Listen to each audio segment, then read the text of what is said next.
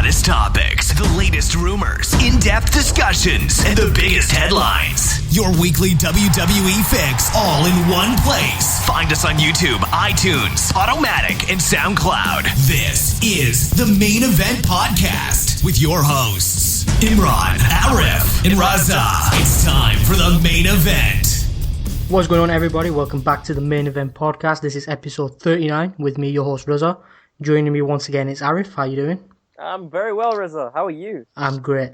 I'm even better now that Imran's back after a week's absence. Now I feel complete. How are you feeling? The self-proclaimed special guest host is back. It's awesome, and may I give you props? You suit an interesting, very insightful topics last week. But I was listening to it on the street, and I was like on the street. Yeah, on the street. You know, like you do with the podcast. In the hood. In the hood, and I was that random guy just kicking off, just like trying to like interject. So you were the crazy dude outside Walmart. Yes, that was me. That was me. Yeah. And so, no, Raza, I don't think that Daniel Bryan is blah blah blah.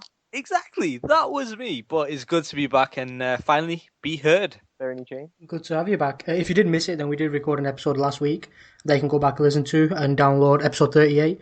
We discussed a number of topics from the so-called John Cena problem to the Money in the Bank briefcase. So please do go back, listen, download, and share that.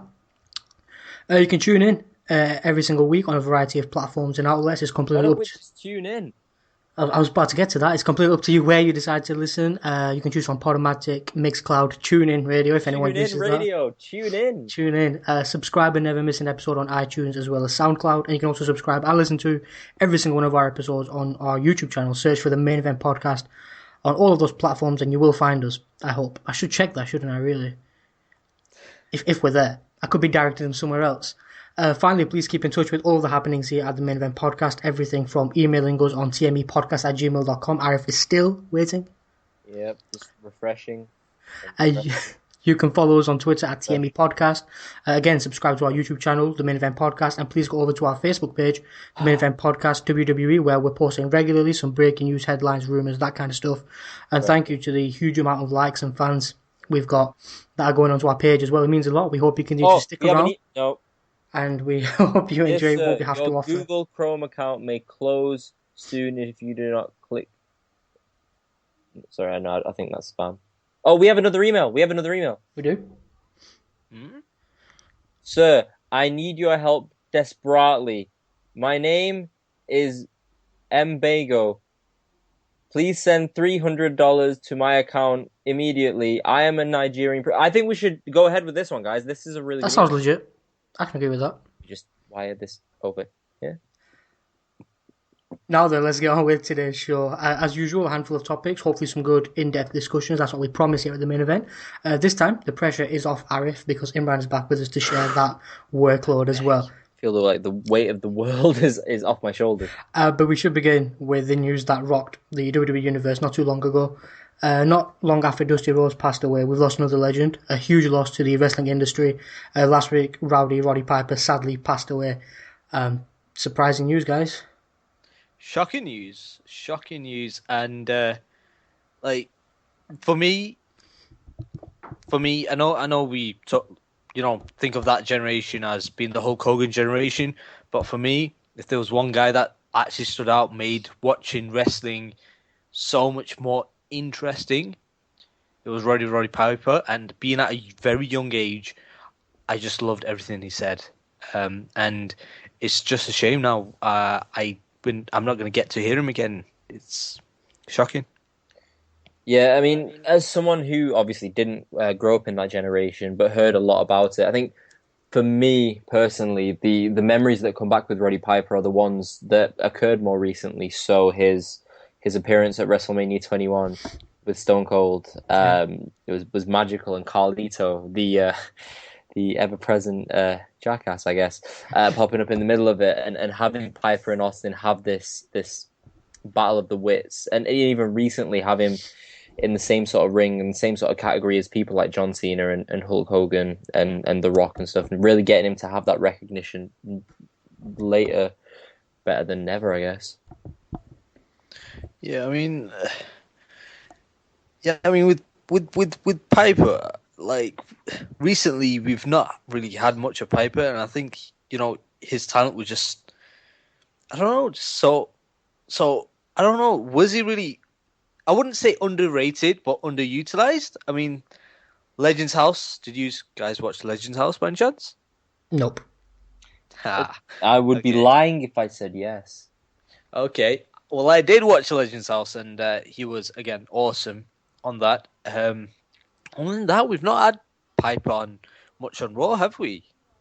I think his health deteriorated, or has been deteriorating quite a bit over the past 10 years. I mean, don't forget he's been in and out of hospital with different forms of cancer, been in remission for that. So, I mean, I guess it's just one of those things where I guess time unfortunately caught up with him, but he's still a legend, I think, in all of our eyes and in all of the wrestling world's eyes, and he's going to be sorely missed. And what was surprising for me was, obviously, every time a WWE legend does pass away, it's a WWE universe that comes together, pays their respects, but this time it was the whole entertainment industry as a whole, because first we had reports of him passing away almost as if people didn't want to believe it, and now you're seeing him pop up more often on entertainment channels, on videos.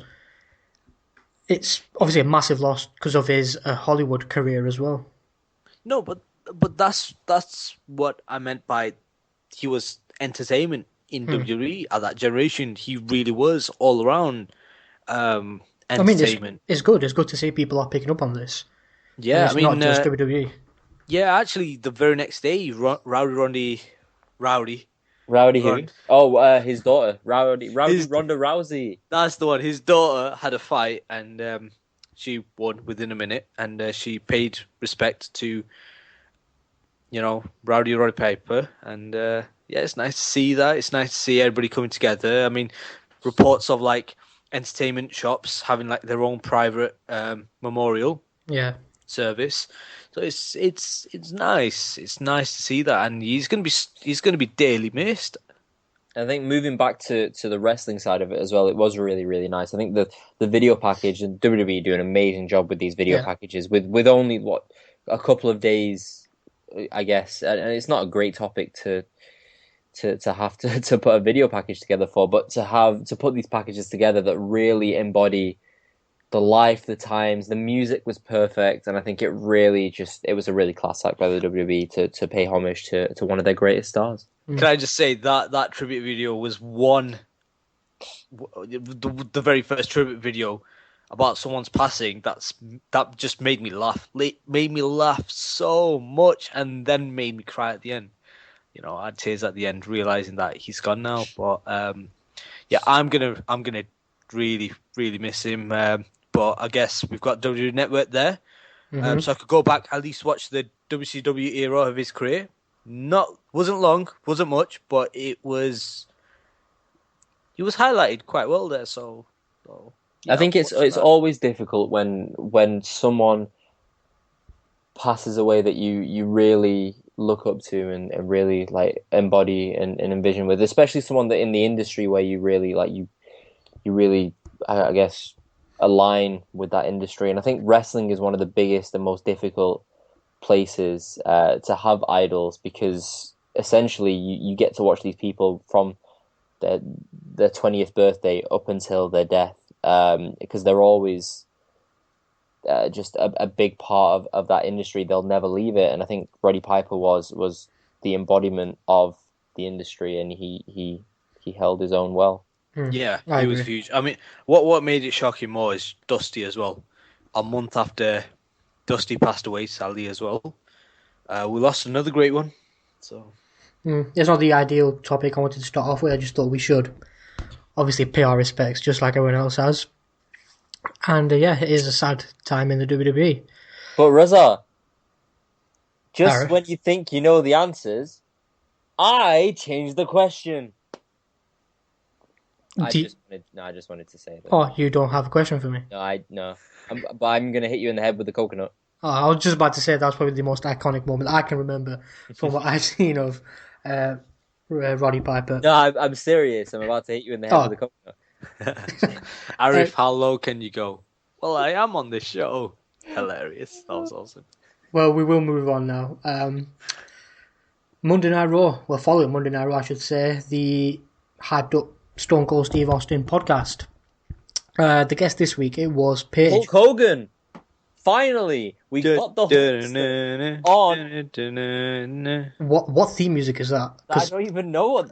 What was that? There's Hulk Hogan. That was not Hulk Hogan. Look like the Captain America edition remix. Please, Imran, please play again.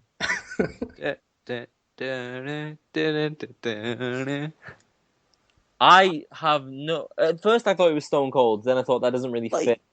It was more like Fandango to me. Yeah. But anyway, as I was saying, Stone Cold Steve Austin podcast following Monday Night Raw, hyped up as usual. Hulk Hogan, yes, thank you. Yes, exactly. Sorry, TNA Hulk Hogan. Sorry to let you down, guys. It was Paige as his guest. Okay, Reza. I think I know what Hulk Hogan looks like.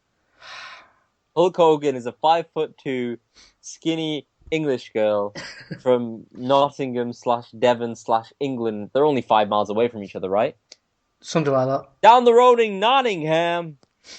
According to JBL. Just from an hour away in Newcastle. Yep, that's... Did any of you watch or listen to the podcast? Yes. What did you think as a whole? Not specifically, as a whole. What did you think of the episode? Well, there was a lot of coming into the podcast. There was a lot of backlash from fans, let's say, who were expecting a bigger name. Fair enough, I was expecting a bigger name, but once it got started, I realised she's got a lot to talk about. I mean, let's be honest, she never shuts up. She was yeah, exactly. Like as much as I hate her on Tough Enough, I liked her on the podcast. She was very humble. She was she was entertaining. She was edgy as well on the podcast. But her story of her wrestling for 10 years, 10 very long years, and then how she also was learning from the likes of Dusty, taking inspiration from Stone Cold. Just her whole journey itself, very interesting. I like the podcast. See, I guess that's where we differ. I mean, yeah, she had an interesting upbringing, an interesting story, but I don't like Paige as a person. I think she's 23 years old, regardless of the fact that she's a 10-year veteran. That doesn't give her the right to speak the way she does about others on Tough Enough. And I think this is me going into something completely different. Yeah. Slightly. I think completely. So I just don't enjoy the way that she comes across. She comes across as this big-headed, egotistical brat sort of character, and it's not like she's on a talk show to talk about her experiences, yet when she's on something like Tough Enough and she doesn't let anyone else speak. That's exactly what I wanted to ask you. I know. I didn't like it. I know we've been talking. Watching her. Go on, man. Yeah, sorry. Watching her on the other one. What's it called? Diva, Total Diva. Oh, well, that's the one. Nobody watches that, Imran.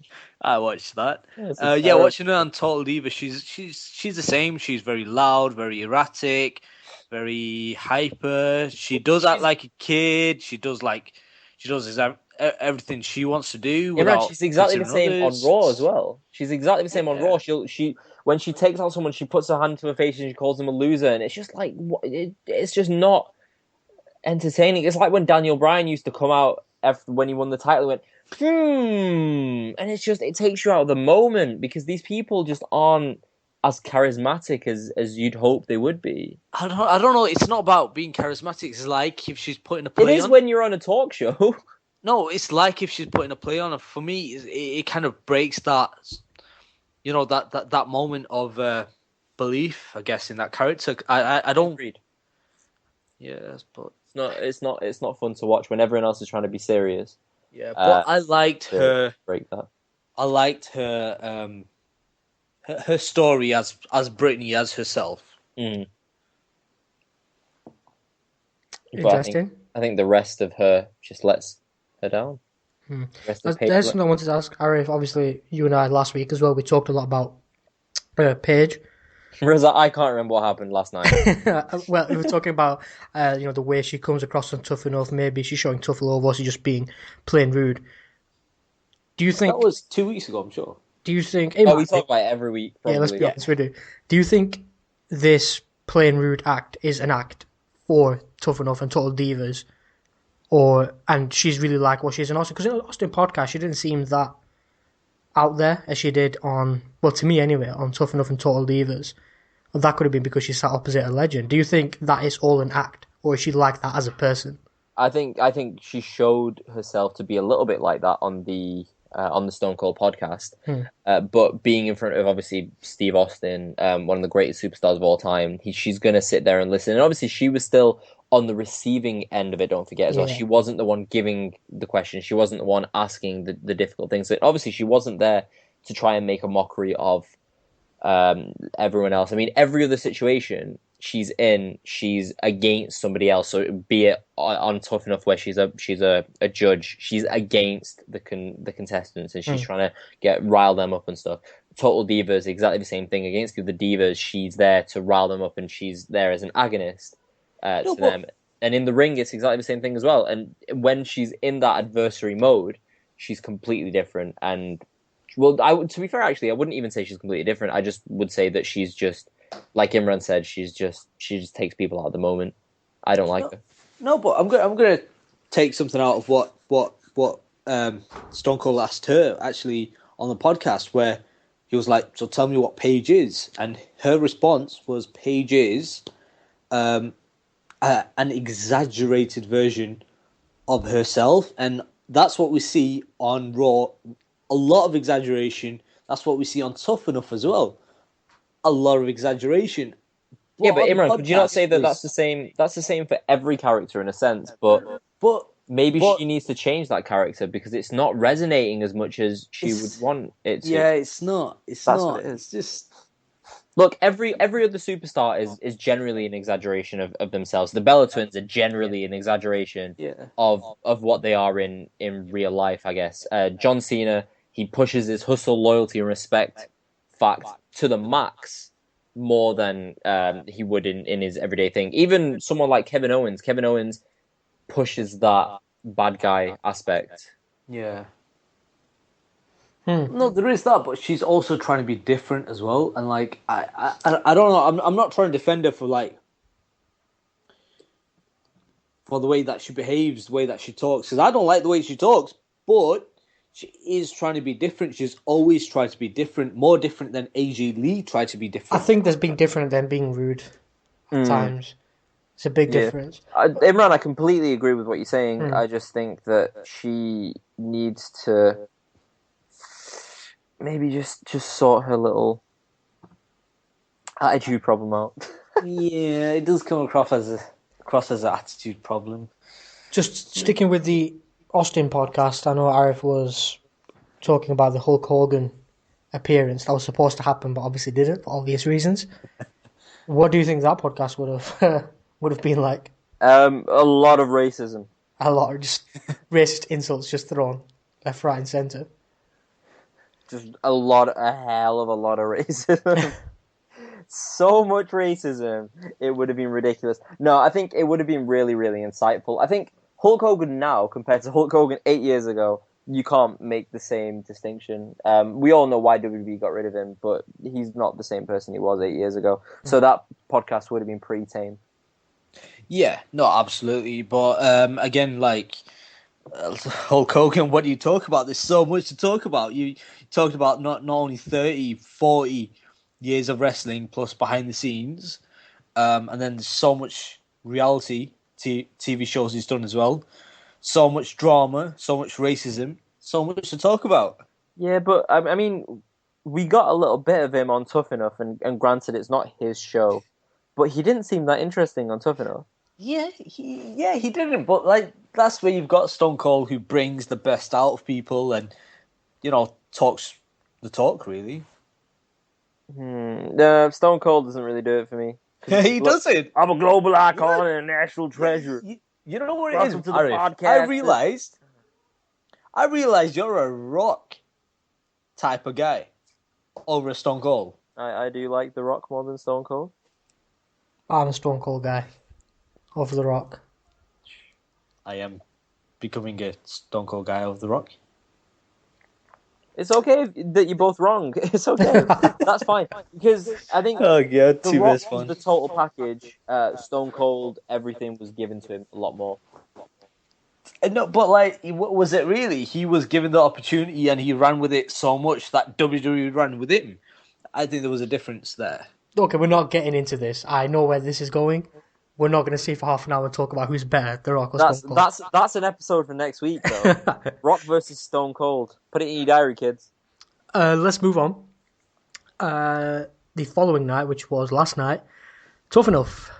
A big part of our podcast recently. If you haven't watched it, I apologize for the spoilers, but you guys have watched it, right? Just before yes. Yeah, okay, that's good. Yeah. So can I quickly go through the motions with you as to what should have happened this week?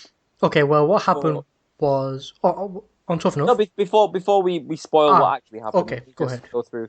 So my theory for this week would have been that, and that's just a little homage to previous episodes. Theory this week. My theory this week would have been that ZZ would have ultimately have left the show. And that would have been through ZZ being put up by Miz, Daniel Bryan putting up Sarah Del Lee. This week. And hello? Yep. Hello? I heard a little bit of an echo there. I will continue because I'm a professional. And possibly Gigi being put up by... It doesn't matter who the third person is. Essentially, two people get saved. ZZ gets thrown out of the show without a vote. And I think that's what should have happened. Which makes sense. Mm-hmm. Because the rumours going around, dirt sheets, dirt websites, not dirty websites, that's different. But WWE's very down on ZZ and wants to get rid of him. So that would have worked perfectly. I think we all would have been happy for it as well.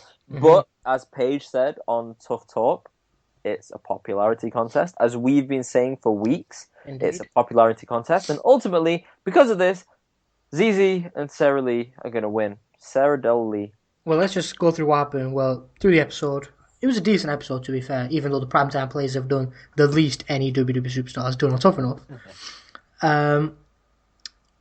Chelsea went home, which was surprising. I forgot who put Chelsea in the bottom three. That was our favourite judge, The Miz, who suddenly isn't becoming my favourite anymore. Well, yeah, we'll get through all the details in a bit because there's a lot to talk about. I have a lot. Oh, there's a lot. There's a lot.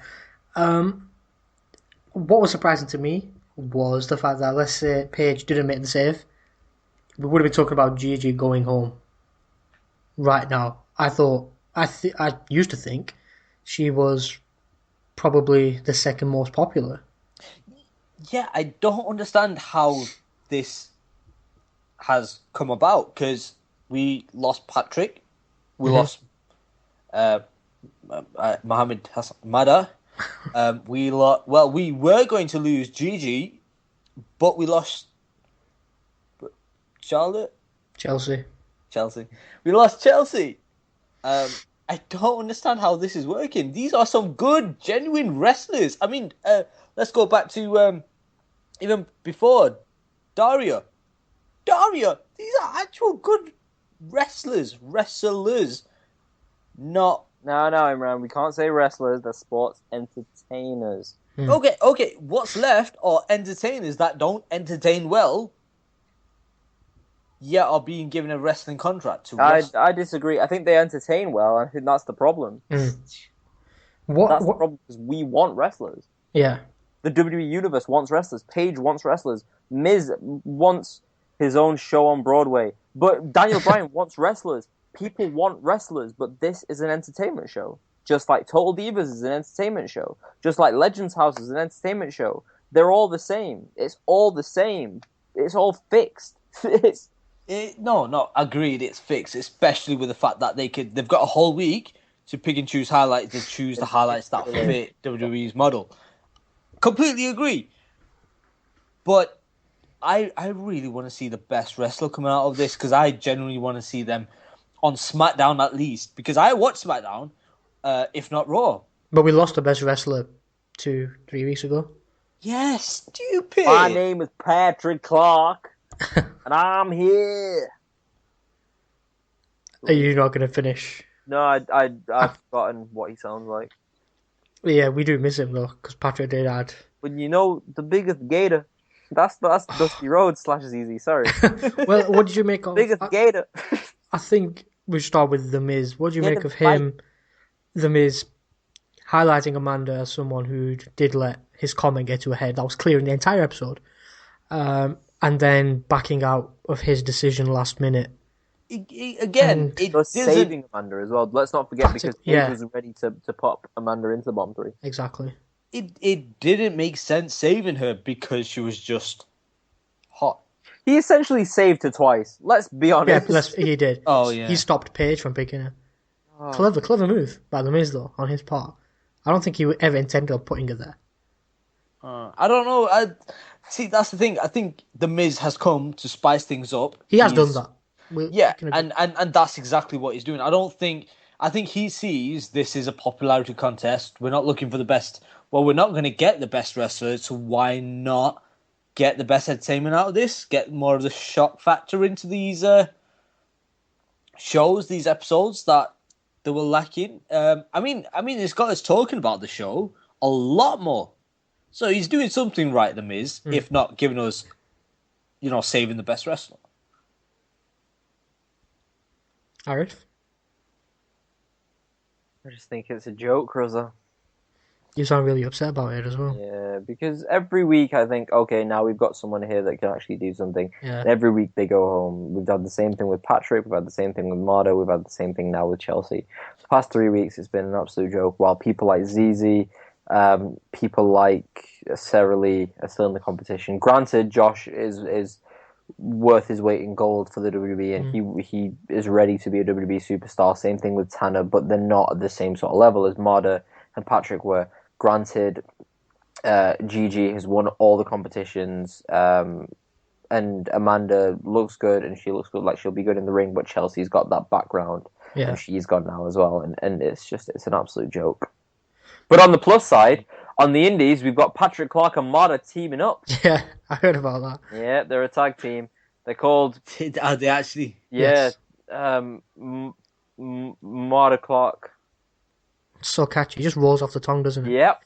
One thing I didn't want to mention, it was, I don't know if it was just me watching, and I realised this, but the episode, the way it played out, obviously, WWE have cameras on these guys a lot, hours of footage. Can I stop you there, Reza? What did Chelsea get nominated for? For not stepping up, I believe. Because of her background, and because she had a full week without an injury. That's just so ridiculous. Anyway, continue. Sorry, I just wanted to highlight how ridiculous this is.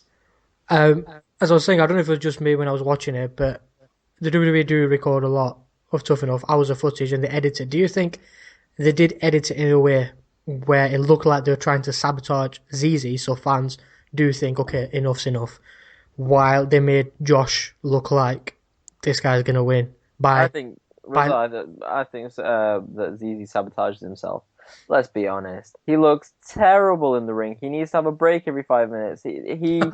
But then this is the thing, though. If they really wanted to sabotage him, then they would have set it up so he did leave, and they didn't. So I think they didn't sabotage him at all. Honestly, I think the characters that we see are on TV every week are exactly how they are on a week-by-week basis.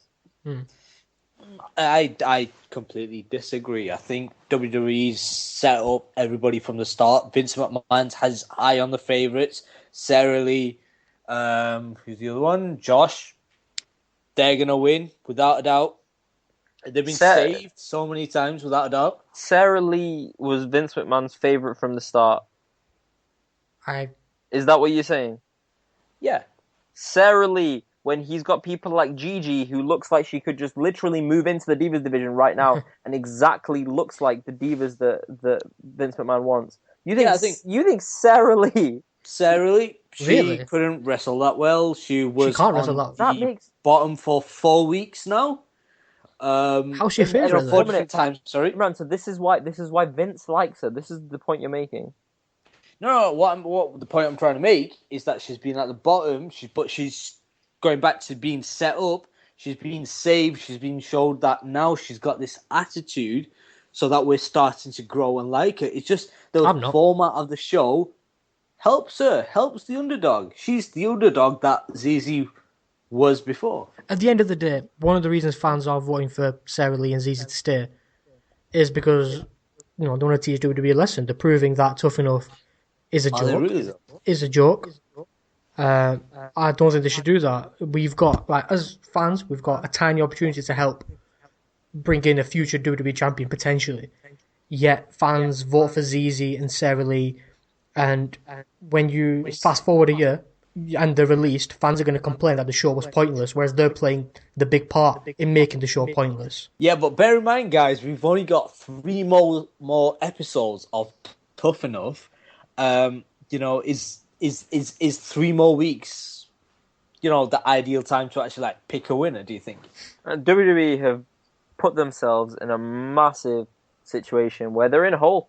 They're in a massive hole. They're going to lose their $250,000 contracts to people like Sarah Lee and ZZ, unless they change the format. I agree, 100%. That's all it is now. It's game over for them. I'm not going to lie, I look forward to these episodes now, because, as I said, Miz has spiced it up a bit. But yeah, I do wish they had it more like... Have you ever watched The Ultimate Fighter from UFC? Yeah, if it was anything like that, where the judges are there with them all the time, if the judges are the mediators, I think that makes perfect sense. We get the best overall package where the people that have spent the most time with them, the judges, the coaches, throughout the week, save them. Decide if they can say. I think that works out best. I think I speak for Arif as well when I say we do look forward to Tough Enough, because I think we live in the false hope that this could be the week Sarah Lee and ZZ go. Nope. Okay, nope. Just me then. Drop it. I'm saying we drop it from the show. And do you know why? Because every week we talk about the same thing. Every week we say, oh, well, they need to change the format, and they need to do this, they need to do that. But ultimately, we come to the same conclusion, which is that Tough Enough is a pile of garbage. But we still tune in on next week to see what happens. But Reza, it's like the other thing that we talk about, Total Divas. We don't talk about Total Divas. Reza, as I was saying, we could say the same thing about wrestling in general. Generally, wrestling is terrible. But we tune in every single week. No, that's the thing. I don't know if it is wrestling as a whole. What you got to understand, Raw isn't just about wrestling. Raw is about the storylines, the kind of the whole package sort of thing. It's everything. I mean, going back to Lucha Underground. Lucha Underground's about the storylines.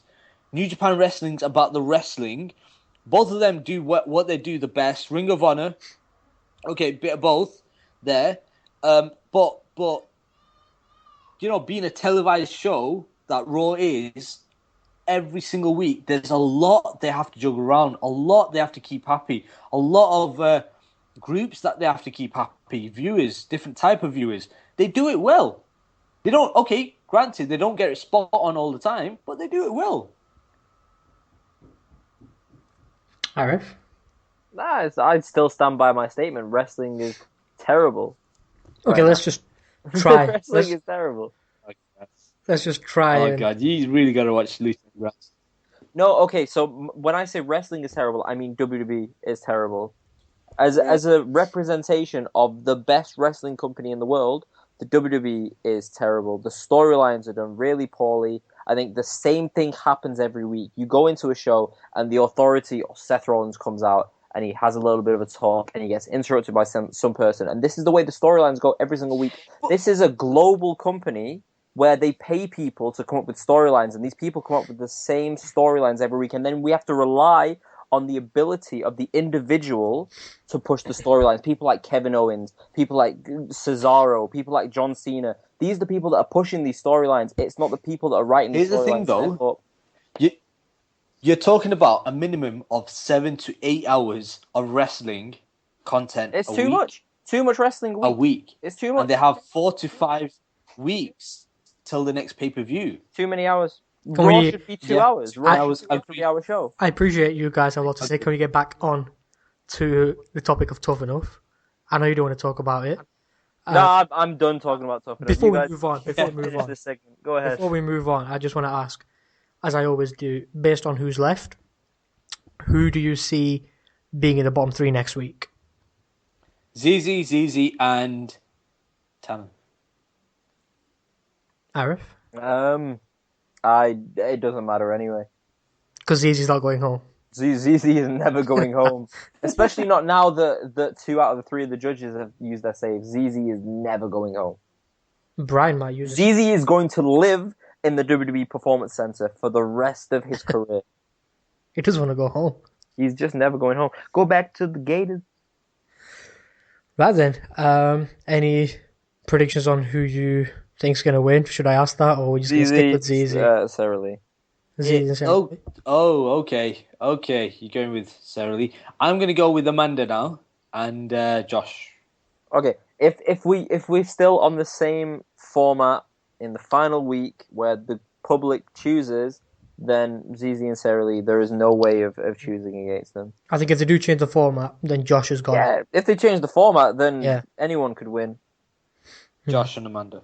Who should win then? Before we finish that, who should win? Josh and Amanda, or Josh and Gigi, or Tanner and Gigi. Any of those 4.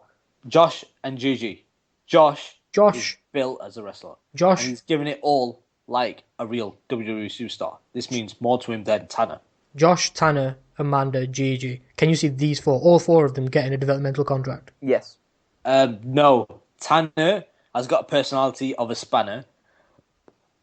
No. They can work on that. Daniel Bryan has the personality of a spanner, and he was the WWE World Heavyweight Champion at WrestleMania 30. He has more personality than... No, he really has more doesn't. game I than think Tanner. he has fan support. Game doesn't get you... Imran, what are you watching? Game doesn't get you anywhere in WWE. I think Bryan has the fan support. Tanner could be the next Seth Rollins. Seth Rollins didn't start out as being this charismatic, amazing person on the mic. So if you think Tanner can get the developmental and he's the current WWE World Heavyweight Champion. Like, Tanner's not said anything relevant for the past... How many weeks has it been? 5 weeks. 7 weeks? Whatever it is. 7 weeks. 7 weeks. Imran, that's not his entire career. He's been in wrestling for 7 weeks. He's had 7 weeks to say something, to step out of the shadows and say something relevant. Nothing relevant. Put it this way: if he says something out of line, Paige will put him in the bottom 3. Fans will not vote for him. He goes home. Whatever he's doing, his game plan's working because he's avoiding the bottom 3. He doesn't need to. Just because he's quiet doesn't mean that he can't learn these things in the future. And even if he doesn't, look at Daniel Bryan. He was the WWE World Heavyweight Champion at WrestleMania 30, and he got there not off his speaking ability because he can't speak on the mic. He's terrible on the mic. But he got there through, a yes chant, a no chant, and his ability in the ring. Tanner could be amazing in the ring. It's been 7 weeks, granted, but 7 weeks isn't his career. So, Arif, you believe Tanner, Josh, Amanda, and Gigi get the developmental deal? I believe that they can wrestle. That's as far as we can go with it. And Imran, you believe is Josh, Amanda, Gigi, and Tanner doesn't get a developmental deal? Okay. Is that what you're going with? Honestly, I think apart from Gigi, Josh being genuinely able to wrestle, I don't think any one of them can do anything other than like a sort of a hip toss. Yeah, but they learned that. They can't wrestle. Interesting. That's why there's a performance center to learn, but we'll finish it at that. Imran, you coming out with some weird statements this week. They can't do anything. But this is what the show is, though. We've already established that the best wrestlers have left. We're talking about the ones that have the potential now. What about developmental deal? All the potential in the world, but he could wrestle, but he's gone. So people like Tanner who are athletic, who can learn it, could be something in the future. That's what I mean by developmental deal. Developmental deal means you're going to go to performance center, you're going to learn. They're in the main event of WrestleMania next year. You're going to learn. No, I know they're not going to be in WrestleMania. I don't mean like rising highly quick, but I don't think they can compete in anything like NXT. Josh has the build. Josh looks like a WWE superstar at least. Josh is actually giving it his all. Tanner has he really stepped out like Josh, showed the personality like Josh. granted, he's got his good back, physicality, but that's his background. Again, could that be because we know Vince loves Josh? Could that be the WWE are manipulating it to look like Josh? Vince loves Josh. Could it be the WWE are making it look like Josh is the favourite? Because that's not the only footage they have. No. How do we know what else Tanner does? When it comes to the live segments, we see what Tanner does, which is zilch. They don't ask him questions as much as they ask everyone else because he's never in the bottom three. Oh, he's been asked questions. He's the Miz used to put him into put it this way. With the only questions he gets asked are about his game. No, just about anything else. There's nothing of relevance. There's no substance behind it. There's no charisma behind him. But then, Imran, can you not see the parallels to someone like Daniel Bryan? No, not like. Here's the thing, though. Daniel Bryan, yeah, fair enough. He was a wrestler in the scene, had that chance to gain the skills, hone the skills. But this is what Tanner has. Tanner has this ability to gain the skills, to hone the skills. He has an amazing background in MMA that he can now translate using the WWE Performance Center to become an amazing wrestler. He doesn't need to be the dynamite on the mic. No, he needs to show something. No, he doesn't. At least on the mic. Paige is awful as we don't like her, but she at least has that substance behind what she says. Granted, it's awful. I don't like it, but at least there's something there. You see that spark.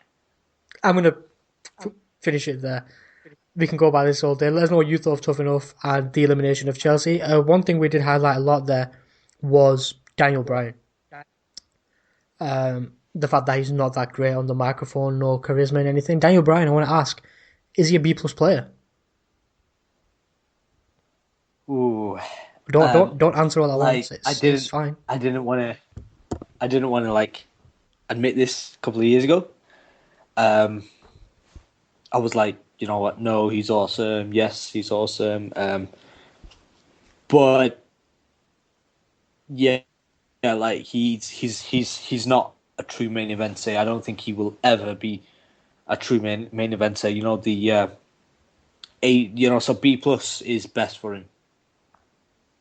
Look, nobody's taking away his ability in the ring. Nobody's taking away what he's accomplished in his career. Obviously, 20 years on the Indies takes a massive toll on your body and on your heart and desire. And he goes into that ring every single week wanting to do the best he can, wanting to be the best he can, and wanting to prove himself.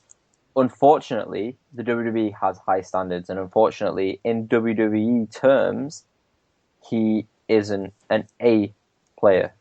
He's not their main event guy. He's never going to be a John Cena or a Randy Orton even, or a Triple H.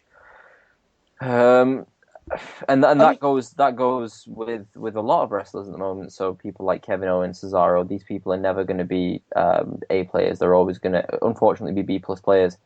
That doesn't mean that it's necessarily a bad thing. I think that's what we need to remember with this. I think we need to really identify the fact that B+ is still near excellent. Yeah, I mean, I want to just go back to his time with Bray Wyatt. He put on amazing match after amazing match after an amazing match, and then again went on to some of the best matches in last year, 2014. Yeah, no, we know 2014. Yeah, 2014. We know 2014. Yeah, so we could all see he is a phenomenal wrestler.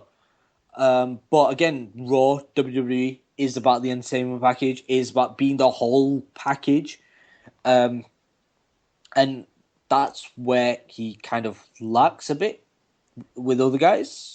Don't get it twisted, though. The reason why I think he's a B+ player is because of his injuries and because he'll never reach the heights that he was at for WrestleMania 30. He connects with the fans. Let's not forget that he is the total package in the sense of he gets the cheers, he gets the shirt sales, he gets the requests to be met by a number of fans. It's not because of his. He's not. I don't think he's larger than life. I mean, guys like John Cena are larger than life, and he's always displaying that every single week that he's larger than life. The Rock as well. That's why they're huge names. There was a time where CM Punk became larger than life and became such a colourful personality. That's where Daniel Bryan lacks, I'm afraid, and that's why for me, you know, he might be a B+ player, but he's at the top end of the B+ players. You know, Intercontinental Championship would just be just amazingly perfect for him, because guys like Shawn Michaels held that when they were B+ players at the time as well. I mean, touching on that point though, I wouldn't say that he's not larger than life. I think John Cena's been in the main event now for, 8 years, 9 years? Whereas Daniel Bryan was in the main event for maybe 2 years. I think it's very early to say that he's not larger than life, because he could have been the next Shawn Michaels if time was on his side. Unfortunately, I think that's a massive factor to his lack of success. I don't want to say unsuccessful, because he's nowhere near unsuccessful, just lack of success, just the fact that he wasn't in the best shape, and unfortunately doesn't look like he will be for a long time, and doesn't look like he's going to ever reach the heights again. It's a travesty, but it's not too...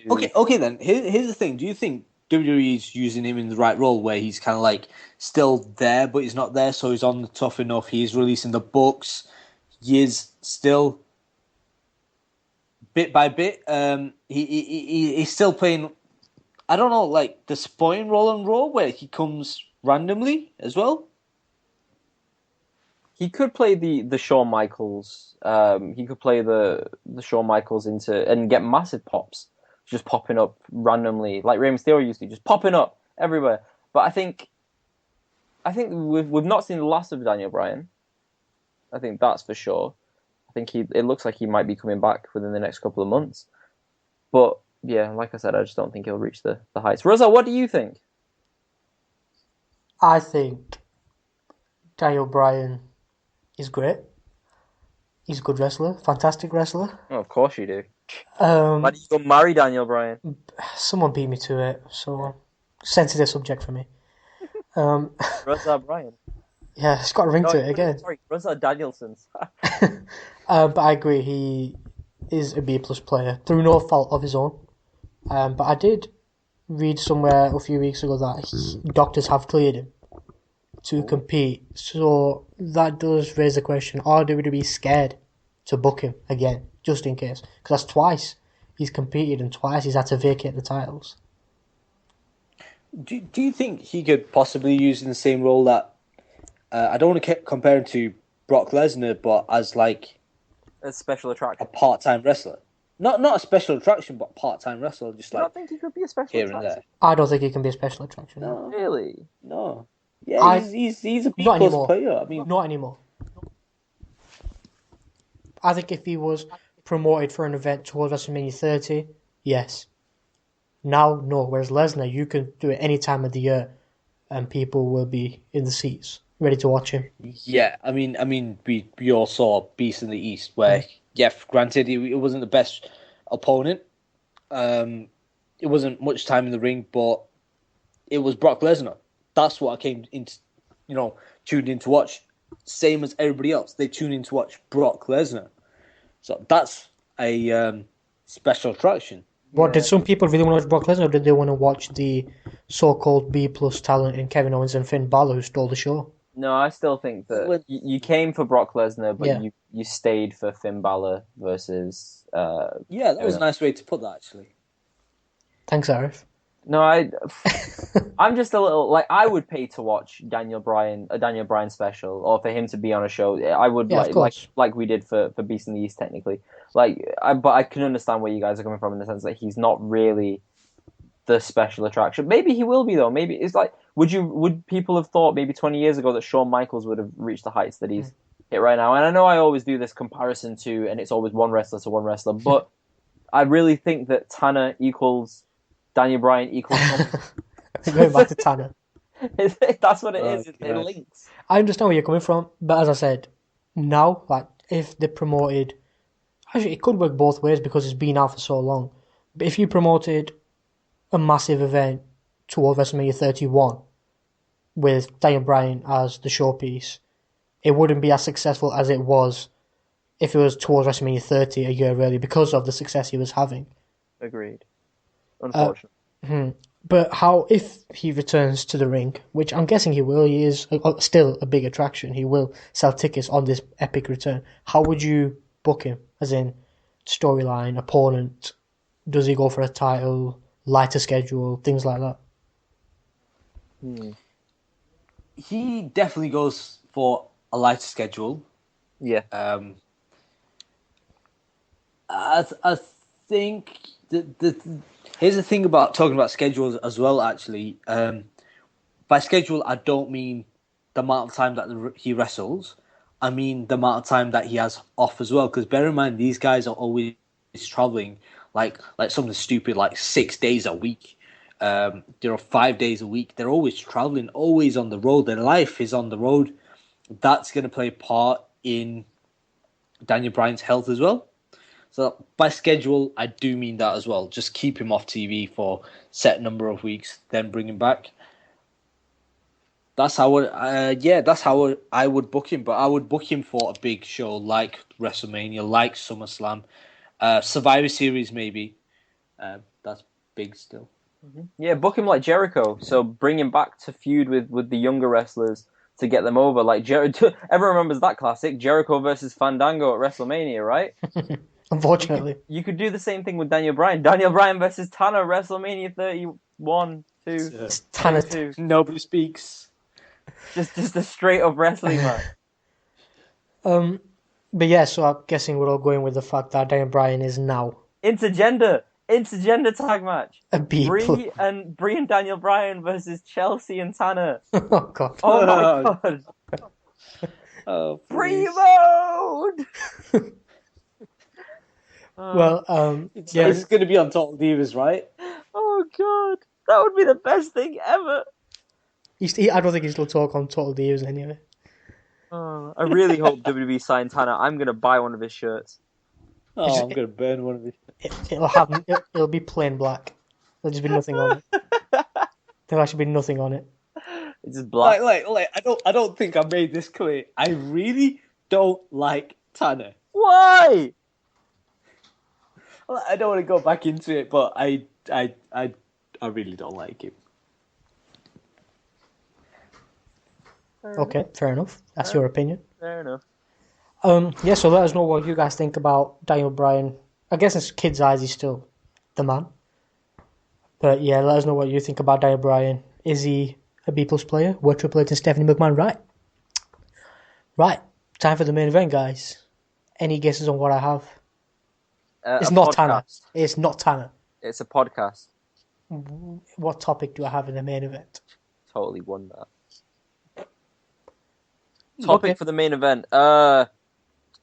Sting versus Kevin Nash. Oh, I know. Go on, Is it got to do with the fact that news came out that Brock Lesnar was actually supposed to debut being gay? It's not that. Is that real? That's real, yeah. No! He was supposed Why to be is that this, not like... the main event? He was supposed to be this homosexual hero. Homosexual hero? Yeah, that's WWE creative team for you. Yep. Apparently it went to Billy Gunn and Chuck Plumbo, so we got to see that epic fail. But... Oh my god! He would have been the one Brock Lesnar. Let's move on to the main event. Is going back to Monday Night Raw. Start the show as usual. Seth Rollins / Tanner open the show. WWE World Heavyweight. See? WWE World Heavyweight Champion. This is actually something. Over with us. This is something I've pointed out to me. Surprisingly, I didn't even pick this up until a few hours ago. Have you heard this? The host of the show didn't know this. Go ahead, Riz. I overlooked it because I was preparing so much for this podcast. The host of the main event podcast, people, ladies and gentlemen, this is the host that we have to deal with on a weekly basis. This is the highlight of your week, spending an hour talking Can I break the fourth wall here for a second? Yeah. Of course. Reza didn't sort his audio out before the podcast because he needed to turn on the microphone, making us record half an hour later than scheduled. Approximately half an hour later than scheduled. Thank you for that. Like, everyone needed to know that. He went upstairs, and then he went downstairs, and then he went upstairs again, and now he's currently downstairs. Just to record this podcast, and he didn't realize there was a microphone. What that shows is dedication.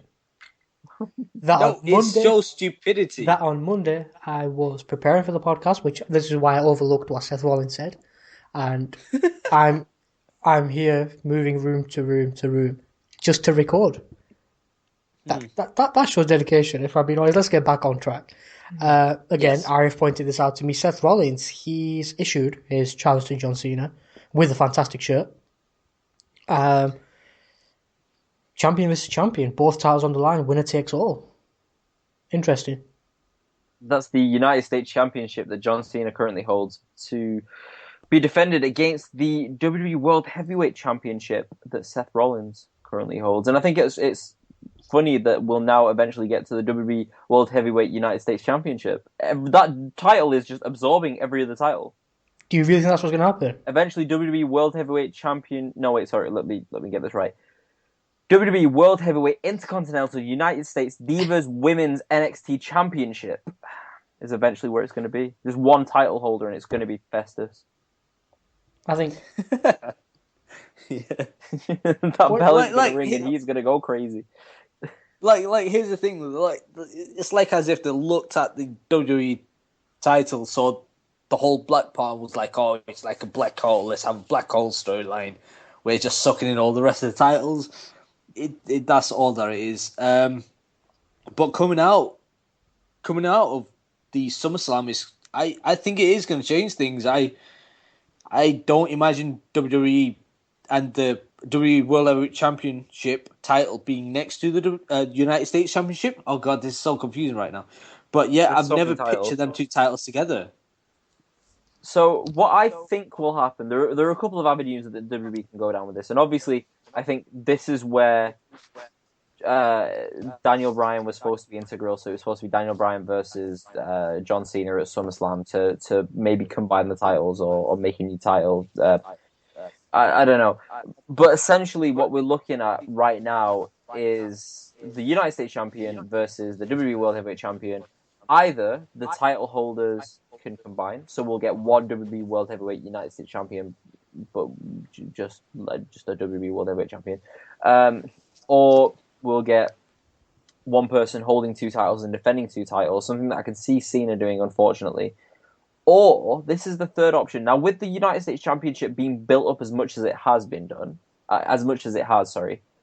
I can see somehow the two titles switching, so we get Seth Rollins as the United States Champion and John Cena as the WWE World Heavyweight Champion. And I know you guys are probably going to think that's the worst possible idea ever, but watch how I make it even worse. Because at the end of the match then, Sheamus will come out, cash in his Money in the Bank briefcase, and beat John Cena for the title. Then we'll walk out of the SummerSlam, with Sheamus as your new WWE World Heavyweight Champion. See, I remember listening to last week's podcast, and it was exactly precisely this that I kept on interjecting about to myself. On that but the whole plan with Sheamus having the Money in the Bank, it's exactly that. It was WWE's plan, and they've always done this for years with the Money in the Bank champion. They've had him stall for a set amount of time, which is what Sheamus is doing, what happened to Seth Rollins last year, and then the year before. And then they suddenly have the plan playing effect. So they're stalling until the plan comes into effect, and Sheamus is going to cash the Money in the Bank in. I've got a feeling he's going to cash it in, not for the WWE, but for the United States, because let's be honest, he's not a main eventer, and that's their scapegoat for this match.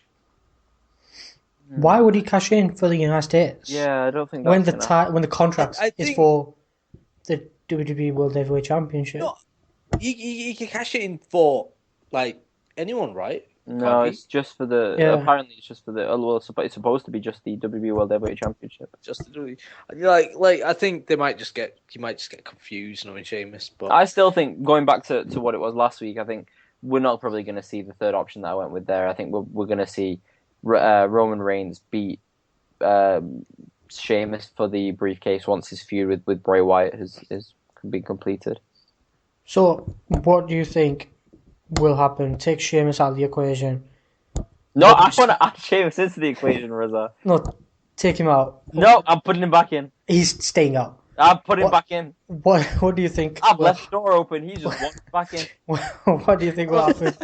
Alright, fella. Doesn't sound like Sheamus. I'm sorry. What do you think will happen between Rollins and Cena as a prediction? Earlier prediction than usual. Cena wins. That's simple. Cena wins. Wow. Like, again, I don't imagine. I can't imagine any one of them holding both of the titles.